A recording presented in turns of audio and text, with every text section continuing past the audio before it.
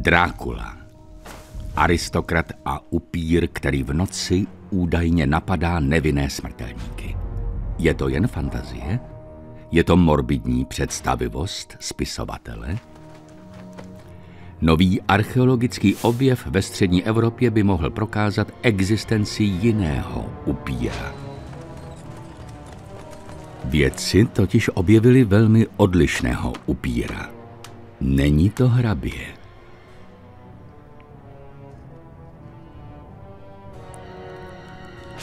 Nepochází z Transylvánie a není to muž. Kdo byla upíří princezna? Česká televize uvádí rakouský dokumentární film Upíří princezna.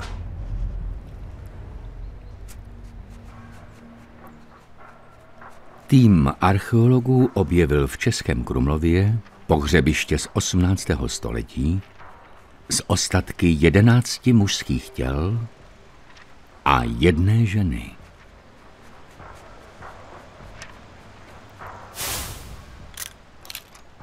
Tři z těchto koster byly pohřbeny zvláštním způsobem.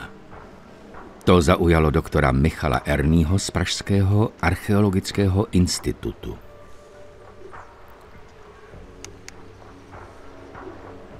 Při křesťanských pohřbech jsou těla ukládána do hrobu tak, aby ležela ve směru od východu k západu. Takto pohřbena jsou téměř všechna tato těla. 3 z nich však leží ve směru od severu k jihu. Jsou zde i jiné zvláštnosti, které archeology zaujaly. Jedna kostra má lebku oddělenou od těla a uloženou mezi nohama. V čelistech má umístěný kámen. Končetiny všech 3 koster byly zatíženy plochými těžkými kameny. Tyto záhadné hroby byly nalezeny uvnitř hradeb Českého Krumlova, nedaleko od centra města, jehož ozdobou je Krumlovský zámek.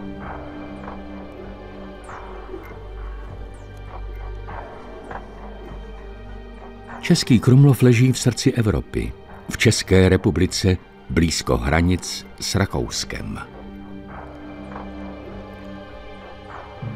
Tým doktora Erního se chystá zkoumat objevené kostry v Praze.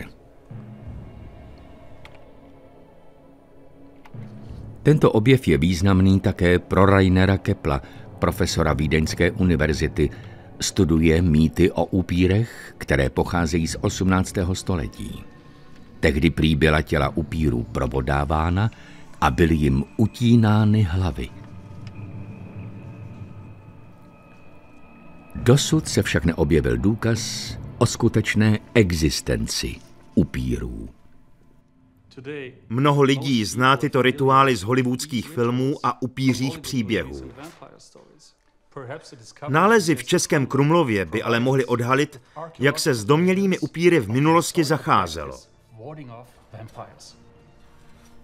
Na 3 kostrách z Krumlova jsou patrny známky rituálů popsaných v románu Drákula spisovatele Brema Stokera. Aby se Rainer Keppel dozvěděl více, vydal se do Prahy za doktorem Michalem Erným.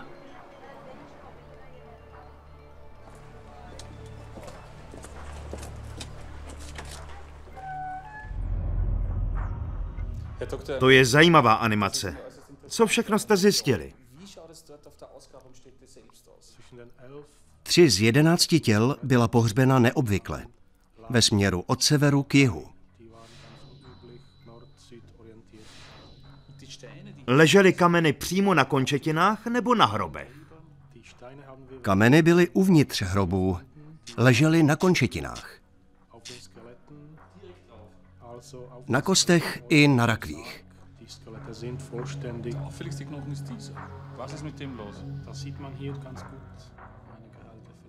Vědecká analýza potvrdila, že 3 kostry jsou mužského pohlaví. U jedné z nich je patrná mezera mezi zuby, zřejmě od častého kouření dýmky. U kostry s oddělenou lebkou chybějí 3 krční obratle. To by bylo typické pro rituální popravu, která měla zabránit vzkříšení upíra. Je to vzácný a zajímavý objev. V první polovině 18. století se prostí lidé upírů obávali. Proto vykopávali podezřelé hroby, v nichž pak nacházeli těla bez větších známek rozkladu. Pro vesničany byla nerozložená těla znakem upírství. Lidé tato bezbožná těla vykopávali, stínali mrtvolám hlavy, propichovali srdce a pak je pálili.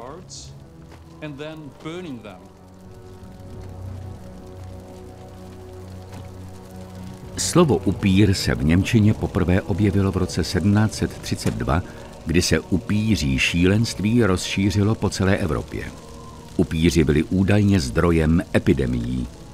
Vrchnost ale přesto vykopávání podezřelých těl netolerovala. Upalování těl na hřbitovech budilo velkou pozornost. Proto lidé začali používat ke zneškodňování upírů méně nápadné metody.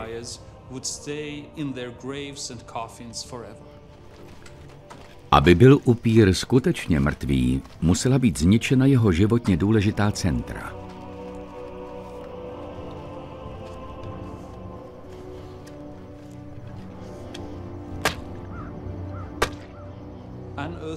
Proto jim zabodávali kůl do srdce, utínali hlavu a tu pak pokládali mezi nohy. Jako by hrozilo, že nemrtví dosáhnou na svou hlavu a nasadí si ji zpátky na krk. Kameny mezi čelistmi měly bránit žvíkání, které mělo být prvním projevem při znovu vzkříšení upíra.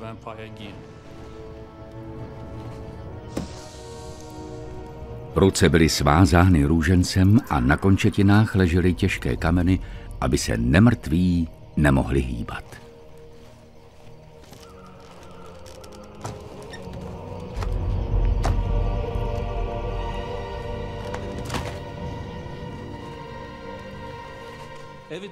Nalezené ostatky potvrzují, že takový postup byl použit v případě 3 těl podezřelých z upírství.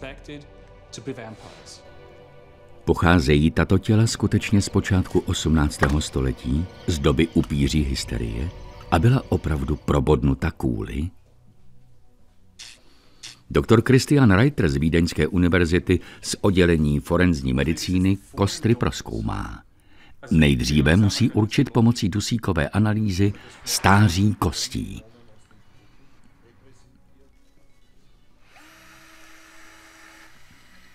Výsledek je úžasný. Těla byla pod zemí téměř 3 století. Byla pohřbena přibližně mezi roky 1700 až 1750 v době upířího šílenství.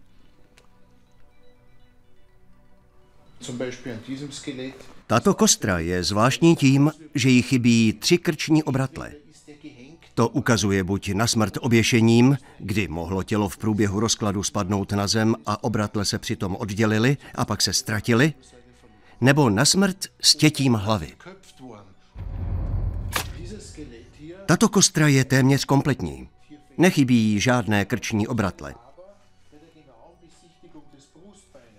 Má ale na hrudní kosti zvláštní okrouhlé vykousnutí. Tady jsou vidět stopy po vniknutí hrotu do levé strany hrudi.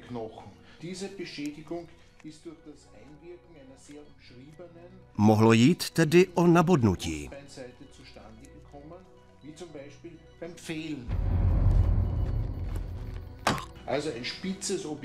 Špičatý objekt zasáhl hrudní kost v těsné blízkosti srdce, zřejmě již mrtvého těla.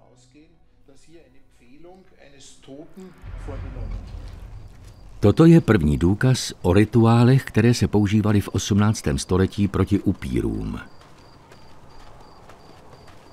Úžasný objev. Upíří šílenství se však neomezilo jen na prostý lid.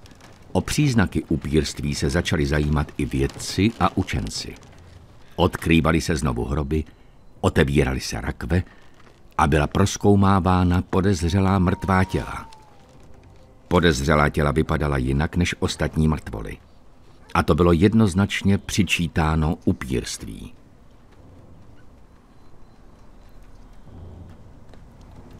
Jedním z nejznámějších odborníků na upíry byl doktor Franz von Gerstorff, jemuž se upíří zjevení zdála velice hodnověrná. V jedné ze svých zdravotních zpráv napsal: Byl otevřen hrob Dorothey Fies, pohřbené před 128 dny. Obličej sice podlehl rozkladu, ale ruce, nohy a horní část těla zůstaly netknuté jako u živého člověka. Na oděvu byla čerstvá krev. Nebylo to poprvé, kdy se v hrobě našlo otylé tělo s narůžovělou kůží, dlouhými nehty a vyrostlými vlasy. V 18. století to lidé považovali za znaky upírství, ale věda už všechno vysvětlila. Při rozkladu těla vznikají plyny, které vyplňují tělní dutiny. Tělo se nafoukne a mrtvý pak může vypadat jako dobře živený člověk. Krev z těla často uniká otvory v obličeji. Nehty a vlasy ve skutečnosti nerostou. Kůže se totiž kolem nich zcvrkává a tak vypadají výrazněji. Upíry prý bylo možné poznat podle mlaskavého zvuku, který vydávali. Jak to lze vysvětlit? Tělní tekutiny jsou při rozkladu vytlačovány ústy a nosem. Plyny se dostávají z trávícího traktu do plic a s bublavým zvukem vycházejí ven. Tyto zvuky jsou slyšet i přes rakev.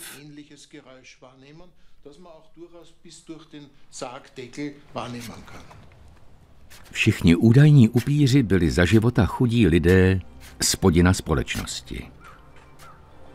Jak je možné, že nejznámější upír Drákula byl hrabě? Drákula je světoznámým upírem, hlavní postavou stejnojmenného románu Brama Stokera. Stal se synonymem pro všechny upíry. Román Drákula vychází z historických pramenů a tradic. Bram Stoker se přesto v jedné zásadní věci od historických pramenů a dokumentů odchyluje. Jeho upír je urozený muž, hrabě, žijící na hradě. Stokerův román začíná slovy: Opouštím Mnichov 1. května ve 20:35. Původně měl ale Stokerův román začínat obrovským útokem upírů v předchozí den. Útok začíná u hrobu rakouské princezny. Hrdina Jonathan Harker se střetne s upírkou vstávající z hrobu. A Harker omdlí. Když se probudil, seděl mu na hrudi vlk a zahříval pro upíra Harkerovu krev. Stoker zmiňuje nápis na hrobce princezny. Mrtví cestují rychle. Je to citace ze staré německé balady z 18. století. Jedna z prvních zmínek o nemrtvých. Baladu napsal Gottfried August Berger a pojmenoval ji Lenore. Lenore je o nevěstě, která proklela nebe za to, že její muž byl zabit ve válce. Ten se nakonec vrátí, ale je nemrtvý. Nepojedeme až do půlnoci, volám z dalekých Čech. Odešel jsem dlouho po úsvitu, přál bych si tě vzít s sebou.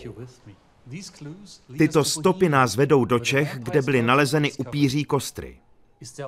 Existuje tu nějaký důkaz o upírovi s urozenými předky? Český Krumlov je dnes středoevropským unikátem.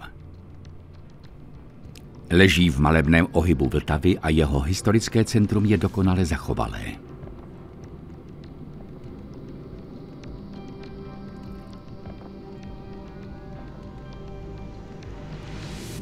Nad městskými hradbami se tyčí jeden z největších a nejkrásnějších zámků ve střední Evropě. Zachoval se v původní podobě. Město bylo správním centrem celé oblasti. Rozkládá se na hustě zalesněné náhorní plošině. A tady také začalo pátrání Rainera Kepla. Původně se měla první kapitola Drákuly odehrávat právě tady. Stoker píše o vlcích a upírovi v hrobce rakouské princezny, dokonce zmiňuje jméno upíra, Lenore. Kostry nalezené v Českém Krumlově pocházejí z počátku 18. století. Podle tradice pocházeli prý nejnebezpečnější upíři z řad aristokracie. Tak se podíváme, kdo tady na zámku vládl na počátku 18. století. Existuje souvislost mezi 3 upířími kostrami, Stokerovým románem a událostmi v Krumlovském zámku? Rainer Kepl začal nejdříve pátrat v zámeckém archivu. Ve sklepení zámku se nachází bezmála 10 kilometrů polic. Je zde spousta dokumentů, které nebyly nikdy vědecky zkoumány a jsou v nich popsány také události dob minulých.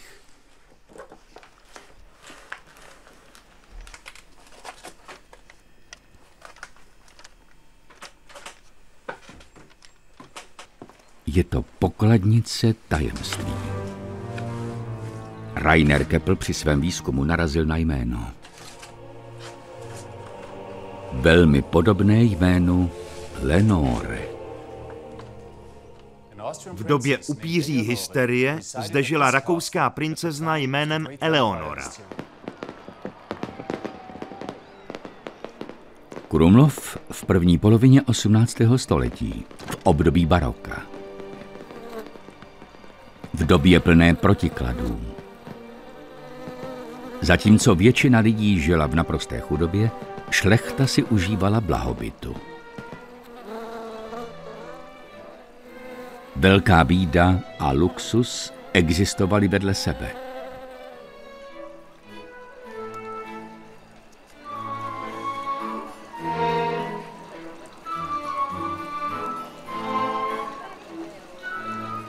Mezi nejvýznamnější aristokraty patřila princezna Eleonora Amálie von Schwarzenberg.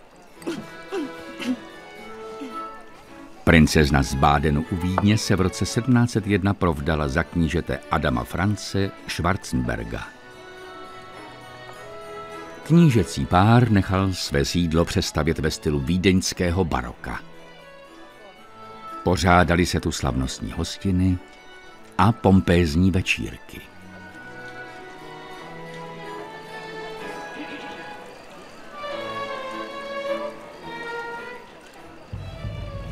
Ale život kněžny Eleonory prošel několika zásadními zvraty. Mohla by být právě ona inspirací pro Stokerova Drákulu? A pokud ano, jak k tomu došlo? Portrétů kněžny Eleonory existuje málo. Portrét v životní velikosti ji zachycuje se synem Josefem Adamem. V této lovecké scéně pózuje se zbraní a ve vojenském klobouku, což nebylo běžné. Malba však ukrývá jedno tajemství. V obraze se skrývá znepokojující tajemství české kněžny. Během restaurování díla v roce 1996 objevili odborníci zvláštní věc. Byla vidět jen pod rentgenovým zářením. Rentgenové paprsky odhalují pod vrstvami barev záhadu, ukrytou v místě princezniny hlavy.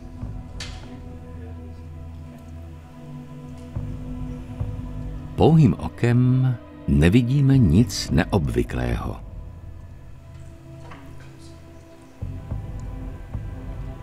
Ale rentgenový snímek je ohromující. Kus plátna, na němž je zobrazena princeznina hlava, nebyl součástí původního obrazu. Stehy v místě napojení jsou jasně viditelné.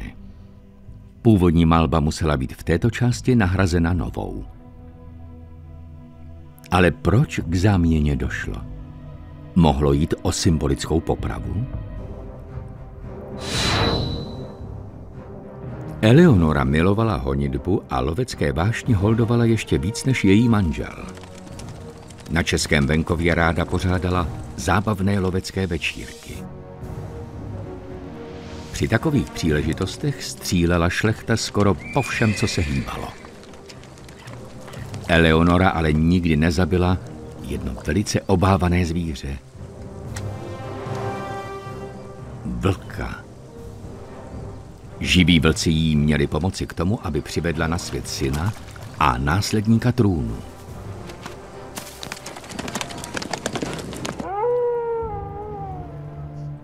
Eleonora se dlouho marně snažila otěhotnět. Podle zvyku starých Římanů proto pila na podporu plodnosti vlčí mléko.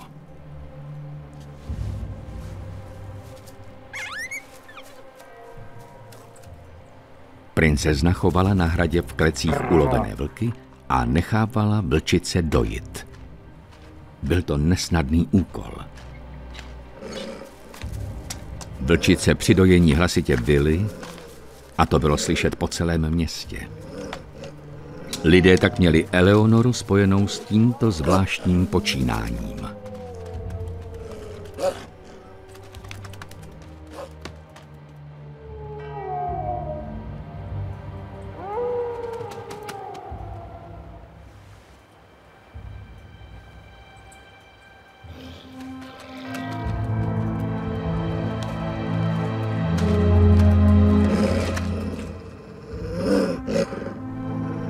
Lidé věřili už od středověku, že vlci jsou symbolem zla, satana a že jsou posíláni na zem, aby pomáhali upírům.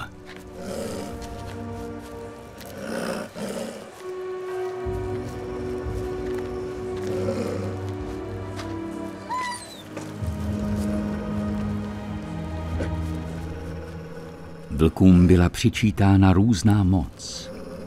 Jejich mléko prý posilovalo plodnost žen a zvyšovalo šanci na narození mužského potomka. Tato domněnka byla založena na pověsti o Romulovi a Rémovi, zakladatelích Říma, které prý kojila a vychovávala vlčice.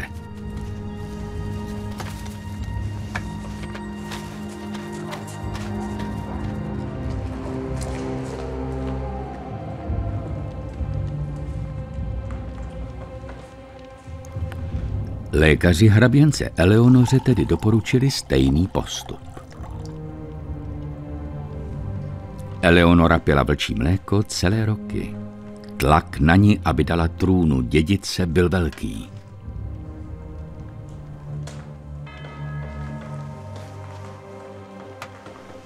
Nakonec v roce 1722 porodila syna.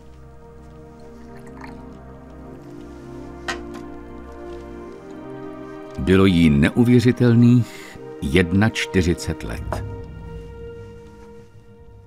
Eleonora tedy dala rodu Schwarzenbergů dědice. Jenže v jejím věku v to už nikdo nedoufal. Lidé to považovali za zázrak nebo za výsledek čarodějnictví. Po narození syna se život Eleonory dramaticky změnil. V roce 1732, kdy se také v němčině poprvé objevilo slovo upír, byl na lovu poblíž Prahy zastřelen její manžel. A tak její syn nevyrůstal s hraběnkou, ale na císařském dvoře ve Vídni. Jako kompenzaci dostávala Eleonora každý rok 5000 zlatých, což přibližně odpovídá dnešním 200 000 $. Ale tato částka zdaleka nepokryla její vysoké výdaje. Podle archívních záznamů byla pořád pod nátlakem věřitelů. Nakupovala drahé víno, tabák i šperky. Utrácela hodně za léky a podivné okultní praktiky. Vídeňská šlechta ji za takový rozmařilý život odsuzovala. Eleonora byla velice pověrčivá. S přibývajícím věkem byla stále posedlejší okultismem. Ale jak je možné, že tuto českou princeznu považovali za upíra?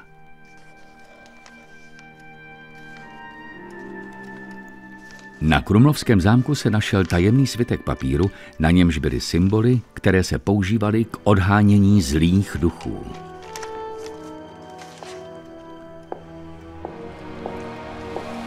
Symboly se obkreslovaly a pokládaly se na místa, která měla získat zvláštní ochranu. Tento rituál se často spojoval s léčebnými postupy.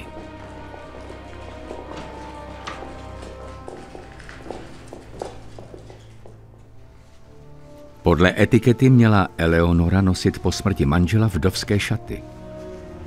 Přesto si na společenské události, kam měla ještě přístup, a zejména na návštěvy lékařů, oblékala barokní róby. Fyzicky Eleonora nejvíce strádala během svých osamělých let na Krumlovském zámku. Nejvýznamnější lékaři té doby se stále snažili její neduhy zmírňovat.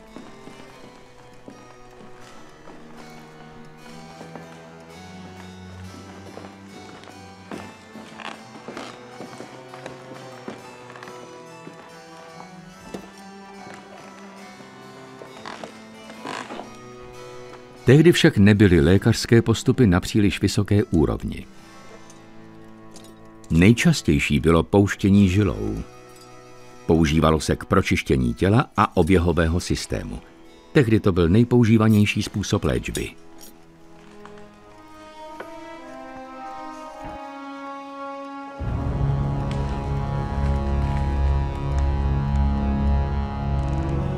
Ačkoliv lékaři v té době znali červené krvinky a lidskou anatomii, nebyli v léčbě úspěšní.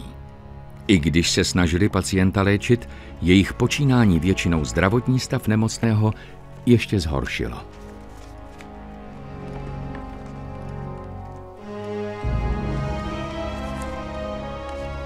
Lékaři na počátku 18. století využívali vědu, pověry i magii.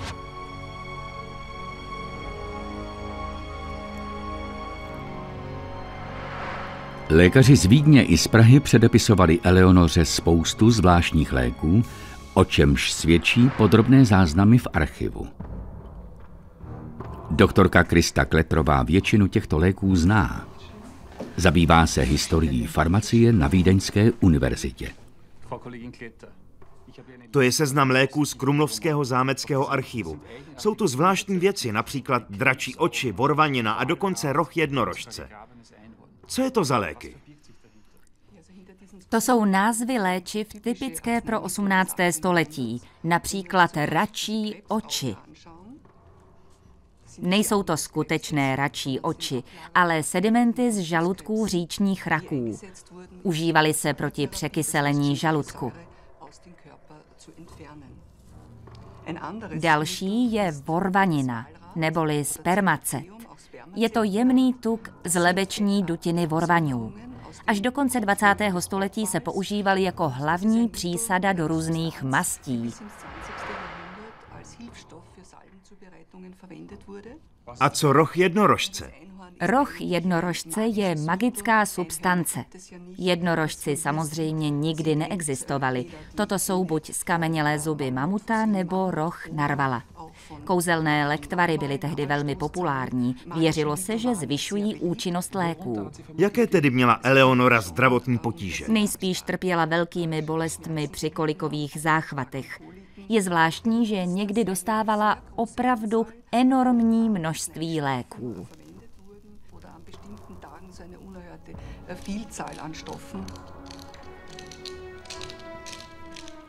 Například recept ze 30. dubna 1739 obsahuje 60 přípravků. Byla to poslední dubnová noc, kdy se pálí čarodějnice. Noc duchů. Eleonora věřila na démony. Za léky utratila v přepočtu asi $6 000 měsíčně. Objednávala tolik léků, že dvorní úředníci pochybovali o její příčetnosti a chtěli zasáhnout.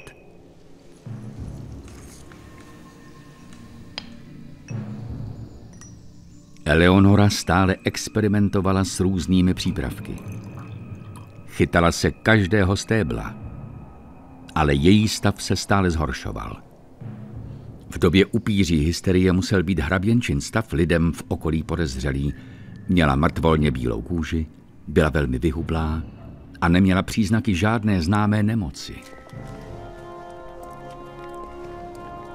Zdraví Eleonory se rychle zhoršovalo. Když se přestěhovala z Krumlova do Vídně, kde se jí mělo dostat lepší lékařské péče, byla už blízko smrti.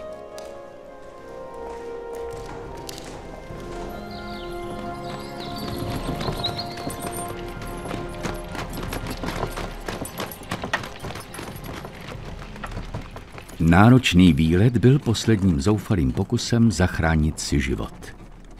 Hraběnčiny dny však byly sečteny.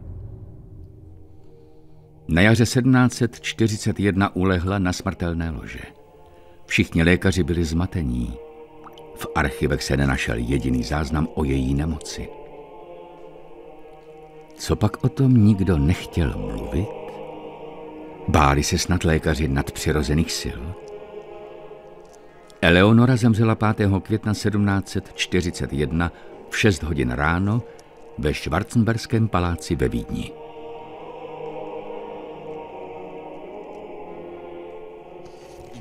Hned po její smrti byla provedena pitva. V zámeckém archivu jsme nalezli pitevní zprávu. Snad získáme více informací o hraběnčině zdravotní historii a příčině smrti. Pitevní zpráva je velice podrobná. Sepsali ji nejlepší lékaři jen pár hodin po Eleonořině skonu.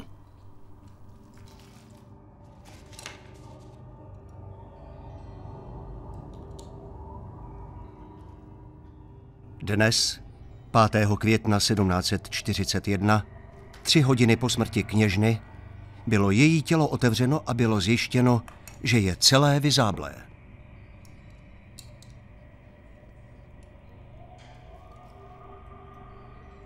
Pod střevy byl nalezen růst o velikosti hlavy průměrného dítěte. Byla také zaznamenána cena pitvy. Honoráře lékařů byly vyčísleny na 3000 zlatých. Dnes by tato částka odpovídala $130 000. Byla to přemrštěná cena. Doktor Keppel ukázal pitevní zprávu forenznímu expertovi Christianu Reiterovi. To je zpráva o pitvě těla princezny z roku 1741. Je na ní něco zvláštního? Jistě, je velice neobvyklá. Tehdy se pitvy aristokratů běžně neprováděly a poplatky také neodpovídají odvedené práci. Cena byla vysoká nejspíš proto, že hrozilo nějaké riziko, možná infekce. Nebo šlo o úplatek za mlčení.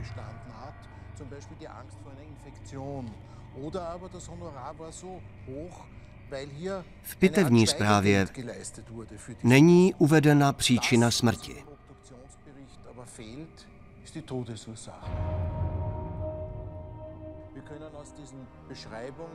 Nicméně z popisu jasně vyplývá, že princezna zemřela na nádor v levé ledviné pánvi a měla metastázy v pohrudnici a solárním plexu.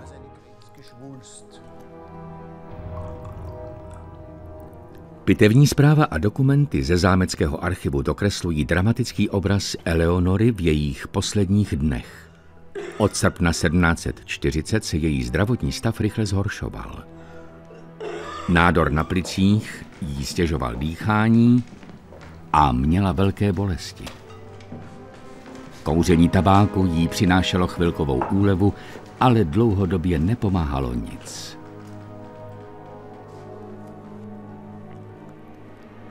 Měla záchvaty koliky a bolesti v dolní části těla. Bolely jí končetiny. Ubývala na váze a ztrácela chuť k jídlu.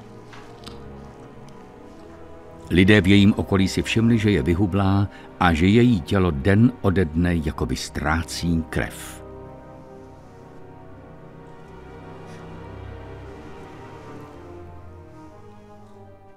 Dnes můžeme říci, že zemřela na rakovinu.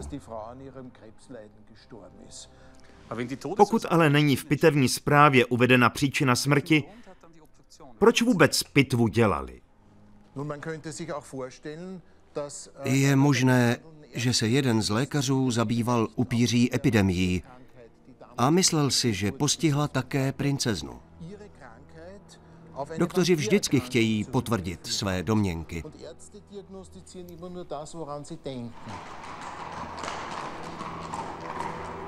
Z korespondence je patrné, že Eleonora často vyžadovala přítomnost doktora Franze von Gerstorfa.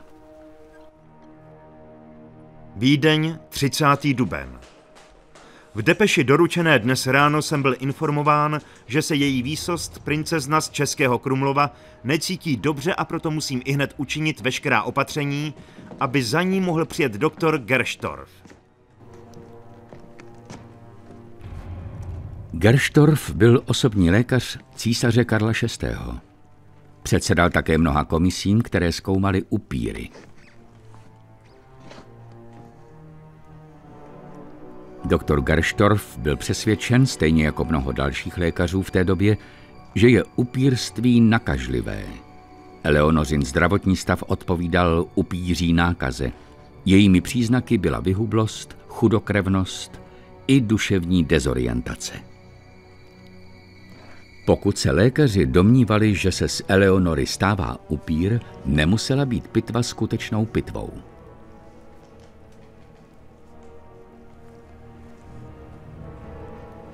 Pod záminkou pitvy mohl být vykonán rituál proti znovu vzkříšení upíra.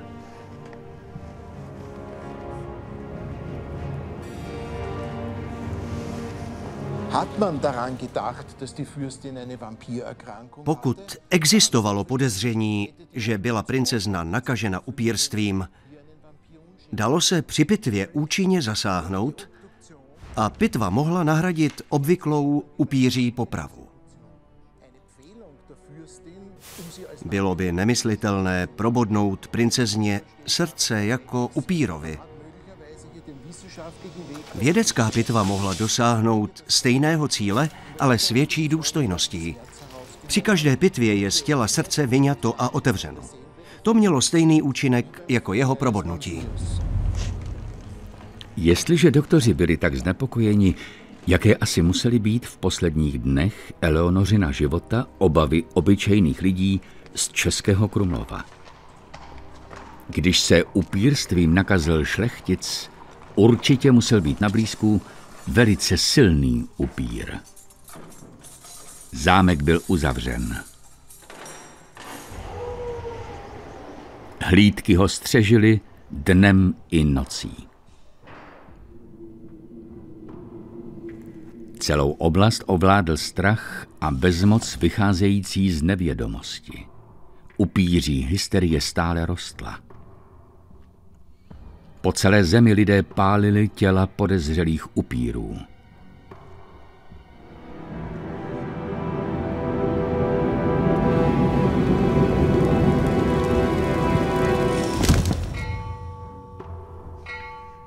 Princeznina nemoc se stále zhoršovala.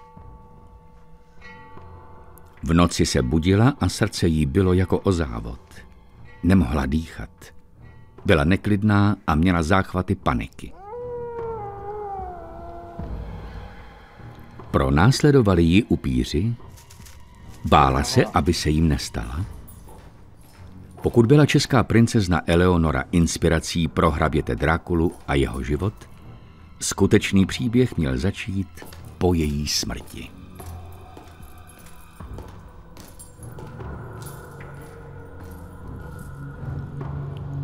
Schwarzenbergové byli tradičně pohřbíváni v rodinné hrobce v chrámu svatého Augustína ve Vídni. Byl zde také pohřben Eleonorin manžel. Archivář otec Albin Scheuch se stará o knihy mrtvých. Podržíte mi prosím klášterní kroniku, abych se mohl podívat do knihy mrtvých. Tady je kompletní seznam pohřbených, 14 jmen. Je zvláštní, že na seznamu je také Eleonora Amálie Magdalena z rodu Schwarzenbergů, i když zde není pohřbena. Podle záznamu byla na vlastní přání pochována v Čechách. V klášterních kronikách je o smrti Eleonory zvláštní zmínka. Běžně se takové skutečnosti do kronik nepíší. 5. května archivář zaznamenal, že tělo Eleonory bylo ještě týž večer převezeno do Čech, kde si přála být pohřbena. Poslední vůle o převozu těla z Vídně do Krumlova je potvrzena v závěti, sepsané jen několik dní před hraběnčinou smrtí. Je však sporné, jestli to byla její skutečná poslední vůle.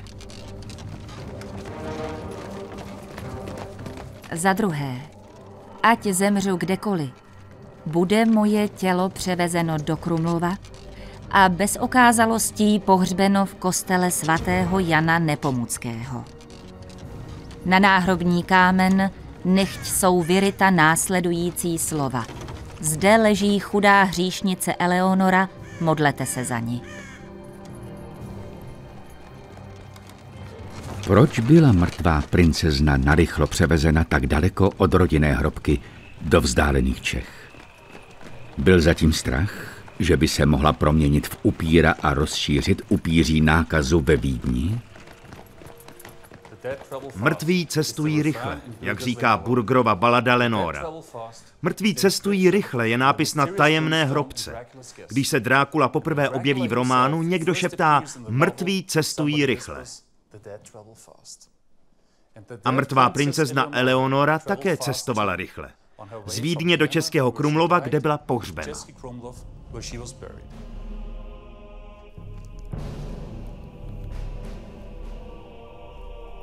Hraběnčin pohřeb v Krumlově se hodně lišil od zvyklostí posledního rozloučení s aristokratem. Po celé zemi se za Eleonoru modlili stovky lidí. Její tělo bylo uloženo v zámecké kapli svatého Jiří.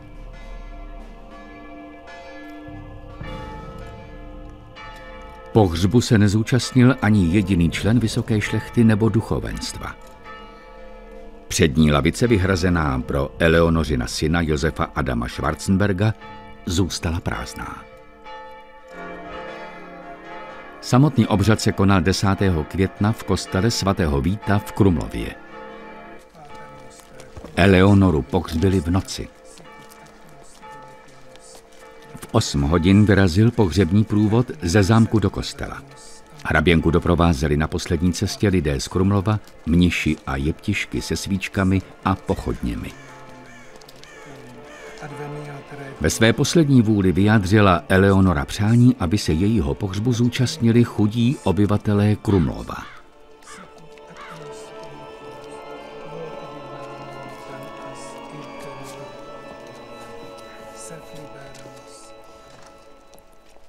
Historické dokumenty nám potvrzují, že tohle je místo posledního odpočinku Eleonory Schwarzenbergové. Byla pohřbena v boční kapli kostela. Ale její hrob není označen. Kněz dovolil nahlédnout pod koberec, se kterým se celá desetiletí nehýbalo.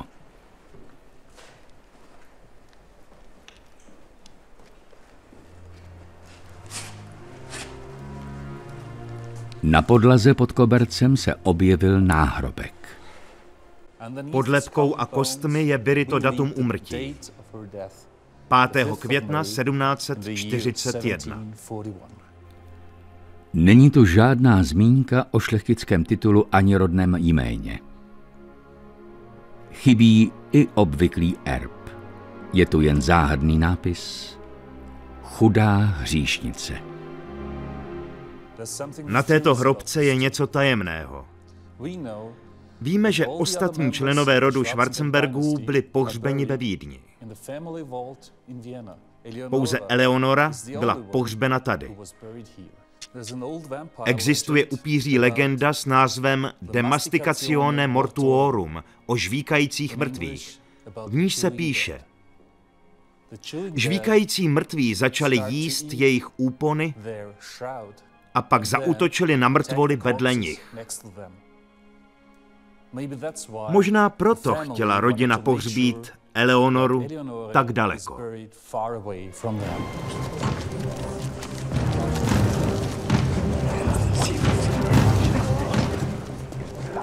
Lidé v Krumlově museli být z návratu mrtvé princezny v šoku. Zvěsti o upírech jistě vyděsili celé město. Kdo Eleonoru nakazil? A kde zaútočí příště? Lidé začali hledat upíry. Okna i dveře domů zatloukaly prkny a na ochranu proti upírům všude visely kříže a svazky česneku. Hon na upíry přivedl lidi až na hřbitov, kde našli to, co hledali. Oné noci se stalo něco, co může vysvětlit 3 neobvykle pohřbené kostry, které archeologové našli o 2,5 století později. Když se splašil na hrobě černý kůň, znamenalo to, že je v hrobě upír. To se mohlo přihodit i 3krát. A tak byly vykopány 3 hroby.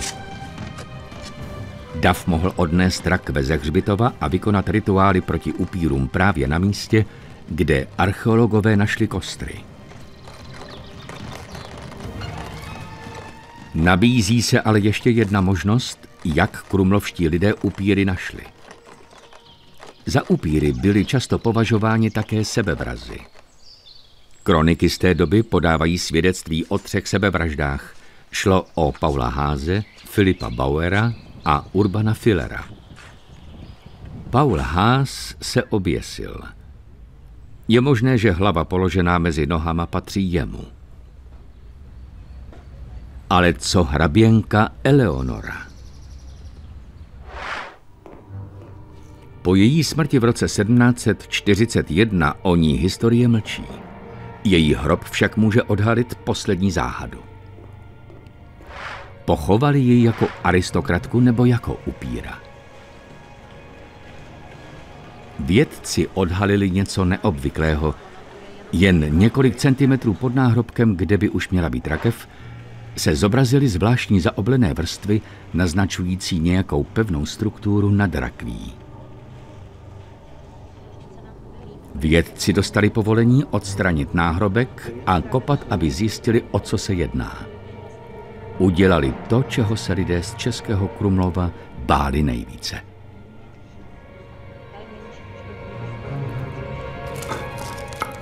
Když začali otevírat hrob, objevili něco zvláštního. Kousky lidských kostí. Eleonořin hrob byl zasypán půdou ze hřbitova. Posvěcenou půdou. Pod hlínou se objevila cementová hrobka. Vyvrtali tedy do cementu otvor, aby mohli do hrobky zasunout kameru. 2,5 století po ukvapeném nočním pohřbu bude rakev upíří princezny vyzvednuta. Ukázalo se, že lidé neponechali nic náhodě. Rakev byla zazděna, zasypána posvěcenou hlínou a utěsněna masivním náhrobkem. Tak měli jistotu, že se upír nikdy nedostane ven.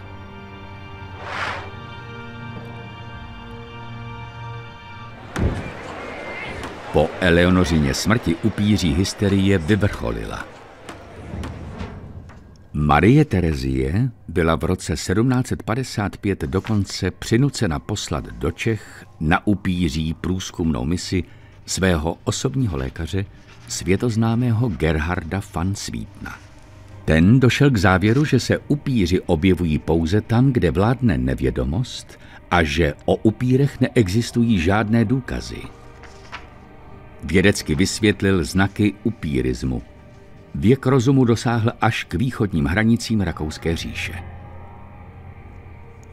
Na základě jeho zprávy Marie Terezie zakázala všechna opatření proti upírům, utínání hlav, nabodávání i pálení těl. Upíří historky začaly být považovány za výmysly.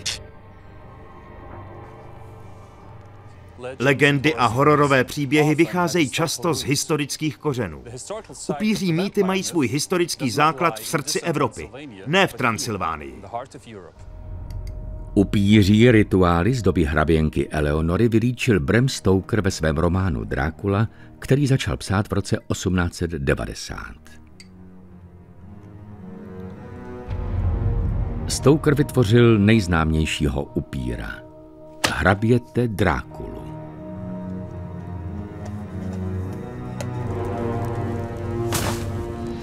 Spisovatel ale vynechal ze svého románu upíří princeznu, která v původní verzi knihy byla. Proč? Kdo ví? Vzorem pro Stokerova hrdinu Van Helsinga byl rakouský vědec Gerhard van Swieten. Stokerův příběh nevznikl jen na základě bujné fantazie. Byl založen na historických faktech, na skutečné upíří hysterii, na skutečných rituálech proti démonům a na příběhu skutečné ženy, upíří princezny. Její příběh byl pohřben a zapomenut. Ale přece jenom nakonec vstal z mrtvých.